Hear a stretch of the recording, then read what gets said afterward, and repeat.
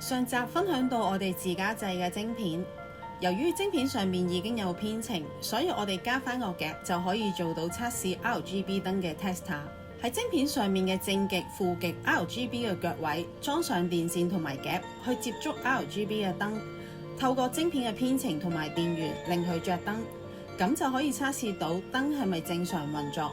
好，咁下面就講下製作嘅過程。首先睇下材料：夾、膠套、電線、二縮通、磁吸、信號燈、8腳晶片、RGB 燈帶。膠套同電線有4個色：紅色正極、黃色負極、藍色 data in、綠色 data out。另外黑紅色就係裝磁吸嘅線。喺開始製作之前，我哋先試下信號燈同 RGB 燈係咪運作正常。將電線兩端用開皮夾夾開皮，開完皮之後將電線焊落個夾，扣住電線嘅位置落少少 UV 膠，令佢更加穩固。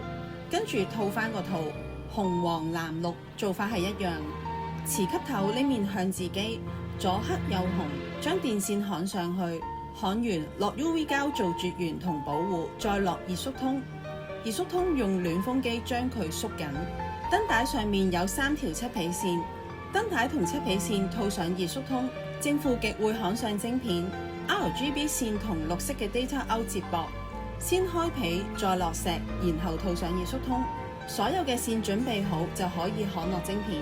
呢款係8腳嘅晶片，黑色嘅凸塊就係晶片嘅位置，兩旁銀色嘅條狀就係各個嘅腳位。黑色粒位置代表1號腳，下面就係2號腳。順序落由左至右。由於比較細同埋密集，所以配有綠色放大版，上面嘅數字同圈口方便辨別同埋焊接。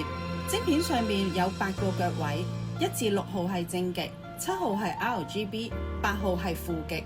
首先將信號燈嘅正負極套上二縮通，再焊上晶片。短嘅係負極，長嘅係正極。用鉗整個勾上腳位，負極焊8號，正極焊6號。跟住將正極夾同燈帶嘅正極線再焊上1號腳。同樣將負極夾同燈帶嘅負極線再焊上8號。RGB 焊上7號。最後落個二縮通做保護，咁就完成啦。